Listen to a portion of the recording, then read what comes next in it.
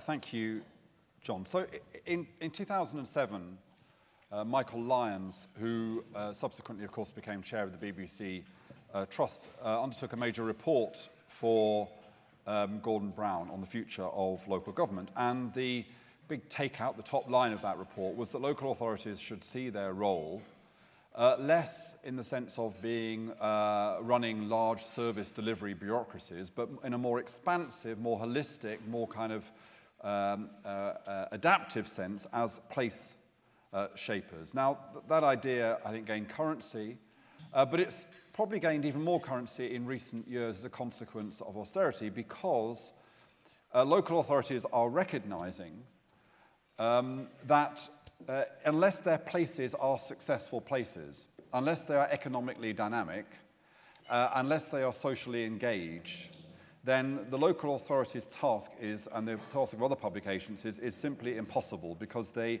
gap between needs and resources will become a yawning chasm. So there's a lot of talk in local government of things like demand management, which is a rather dry way of talking about how it is we can help communities to be more resilient, how we can get them to manage their own needs, as well as I say, the debate about economic growth. And although the story is very mixed, there is also a kind of general shift in government rhetoric, particularly in opposition rhetoric, towards a more decentralized model with particular emphasis on cities and city regions. So this notion of place shaping, this idea of the role of local authorities working with other local agencies is a pretty powerful idea now. We undertook some research at the RSA. I worked with Claire Devaney, who did the excellent work on the ground, and with great inputs from HLF and indeed from John. We undertook a deep dive into 3 places, Stoke-on-Trent, Plymouth and Manchester, and when I draw a few conclusions of this research, it's clearly not a quantitative study if you've been only on 3 places. So if you're from any of those 3 places, and the thing that I say seems rather rude, you can assume it applies to the other 2, not to you. So what did we find in exploring this idea? Because, of course, it is obvious that if you're in the business of place shaping, you will be in the business of thinking about identity. And indeed, resonantly, Michael Lyons, in his report, has a list of the elements that comprise place shaping, and the first element on that list, the first item on his list, is building and shaping identity. So if place shaping means shaping identity, then demonstrably there must be a role for heritage as a critical part of that process of shaping identity. So that was the hypothesis. We went to these places. What did we find, broadly speaking? We found enthusiasm. We found enthusiasm from local authority leaders, civic leaders, other public agencies for this idea, and enthusiasm from people in the heritage sector for this idea. But unfortunately, the enthusiasm was not matched by what was actually happening. So at a kind of most prosaic level, in many places, quite a sketchy understanding of what heritage assets actually existed within that locality. Merely talking here about the tangible, let alone the intangible assets, and also, and I wouldn't restrict it to the 3 places we looked at, this is obviously a very big issue across the country, increasingly unclear where responsibility lies for heritage at the local level. Again, patchy engagement of the sector as a sector locally, and very limited extent to which the sector is seen as a key player in strategic economic and social decision-making. And again, limited engagement with the public in a conversation about identity, because clearly if you're going to talk about identity as part of place shaping, you need a rich conversation with your public about what identity means to them. Overall, what we found, therefore, was a sense that the notion of place in place shaping was under-theorized and not clearly or often operationalized. So in short, we felt that there was a heritage-shaped identity gap at the heart of the place-shaping project. So what should be done about this? Well, 2 or 3 thoughts. First, prosaically, is that we do need to develop a kind of more systematic understanding of how it is that places relate to heritage, what their assets are, the degree to which heritage leaders are engaged in local conversations, the degree to which heritage features in local accounts of place.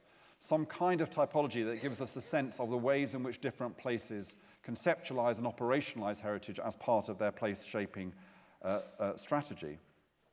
In terms of the sector locally, there needs to be a greater willingness to work together. We've heard a lot about the need for one national voice, but there is an equally pressing need often for one local voice. It's hard enough to get the heritage sector heard, as it were, at the top table of local decision-making. It's almost impossible to do that if it's a sector that isn't willing to work together. And that working together, as Maria has emphasized to us, has also to include a capacity of the sector to recognize the need for hard choices. One way of putting the challenge to the local heritage sector is that its pitch needs to be less about what it's asking for and more about what it's offering. That is to say, how can the sector start to develop an account of the offer that it has to make in relation to this task of place shaping, which is a much richer discourse than the usual one, which is about how can we try and preserve our diminishing proportion of a diminishing public spending pie. And what does it mean for peak organizations? Well, you would expect me, having done one research project, to see that the main aim of that is to pitch for a larger research project. There is clearly, I think, a need for us to think about this relationship between place, identity, heritage, engagement more richly. We need to support local heritage sectors in developing a clearer and braver and stronger voice. We need to identify success stories. Which are the places that have brought place, identity, engagement together in a rich way? How have they done that, and why have they done that? Was it down to heroic individuals? Was it down to the particular assets that they've got at a particular moment? So why is it that some places seem to have got this right? And actually, often, you can go to places and they both get it right and get it wrong at the same time.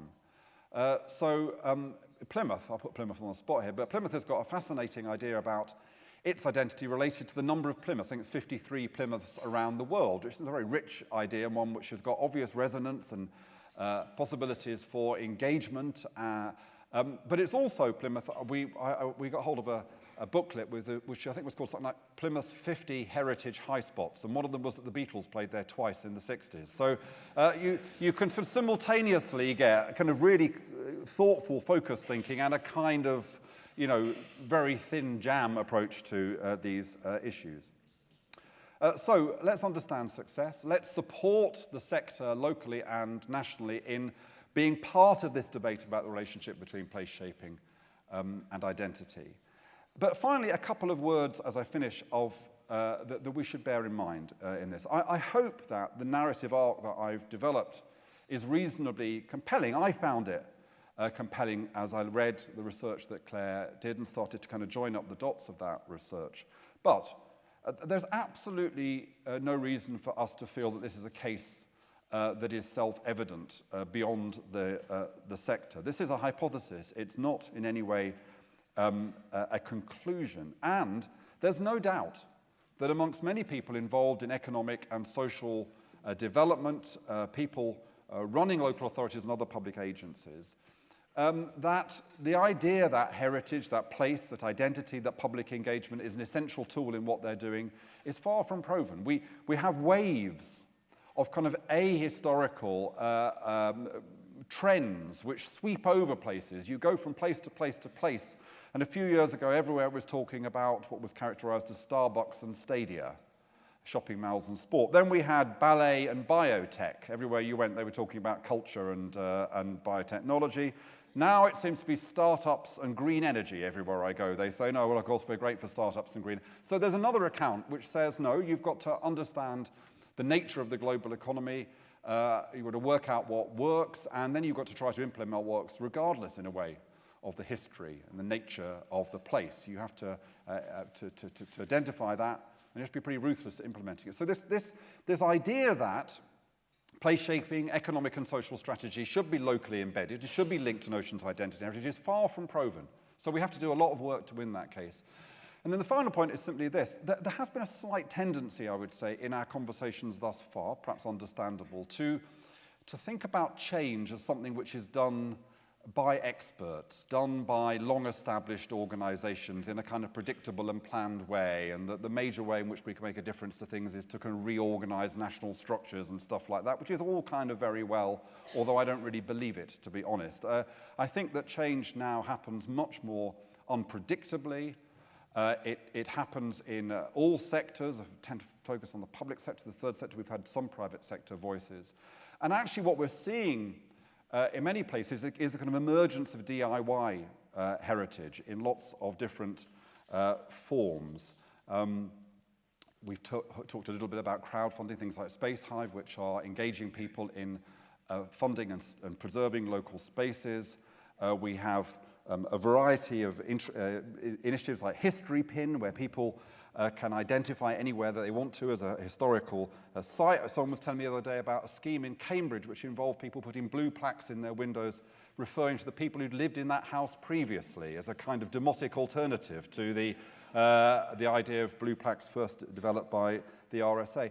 But also, in this kind of DIY heritage, a lot of it is just about community organisers, not people who are from the heritage sector at all, but people whose role it is to articulate and engage the community, and who then fasten on to heritage and history, and often the history of social activism as a point of mobilisation for communities. So therefore, when we talk about notions of place shaping, I think it's important to say that what we're talking about here is facilitating community place shaping, not engineering place shaping. I think that there's a danger of hubris if we imagine that we can go around in expert fora and decide what people's identity and what their places mean to them. So to conclude, the goal of place shaping, the role of identity in mobilizing economic and social assets is an opportunity for the heritage sector to move from the periphery to the center of strategic debate.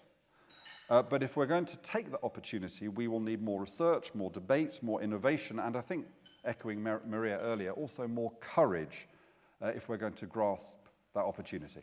Thank you.